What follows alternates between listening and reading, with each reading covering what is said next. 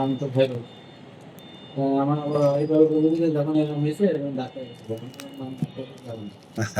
ডাক্তারের কাছে বলে ডাক্তার দেখতে স্যার এ করবো ও করবো আল্লাহর মধ্যে কোনো গুটা মোটা আছে নাকি না ভাই? না কোনো কিছু না হাতে মাঝে কিছু বাঁধে না তো? না মাঝে মাঝে হঠাৎ করে শরীরটা কড়া হলে বাথরুমটা শক্ত হলে রক্তটা দেখা যায়, হ্যাঁ রেগুলার না তখন কি ব্যথা অনুভব হয়? না ওটা তো রেগুলার নাই, ওটা 2 মাস বা 3 মাস একটু গরু গোশ খেলেন বা একটু রাত দেখলেন বা শরীরটা কড়া হইলো পানিটা একটু কম খেলেন, যেদিন বাথরুমটা শক্ত হইলো হঠাৎ করে রক্তটা, তখন কি একটু কোনো ব্যথা অনুভব করেন? ব্যথাটা তো আমি কোনো এখন ব্যথা পর্যন্ত নেই, অনুভব করি ওই অ্যানাল প্রেশার হয়ে আছে, সমস্যা নেই।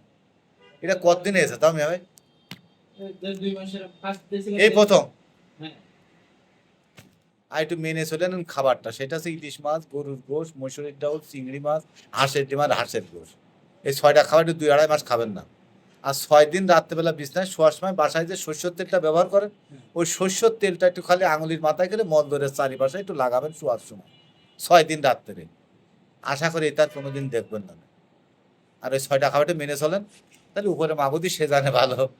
ঠিক আছে ভাই, দিন শেষে রোগ মুক্তের মালিকই তো সে। এটা ভেষজ ওষুধ আমি নিজে তৈরি করি, হ্যাঁ ভাই। এতেই সেরে যাবে, আল্লাহর কাছে কামনা করেন সেজন্য অতি দ্রুত আল্লাহ সুস্থতা দান করুক। আর আমি যতটুকু জানি পুরোটা পুরো করবো এবং চাইবো যে আমার হাতে রসিল আমার ভাই সুস্থ হোক, ভাই ভালো হয়ে আমার জন্য দোয়া রাখুক, এটাই খুব কাজে লাগবে, হ্যাঁ ভাই।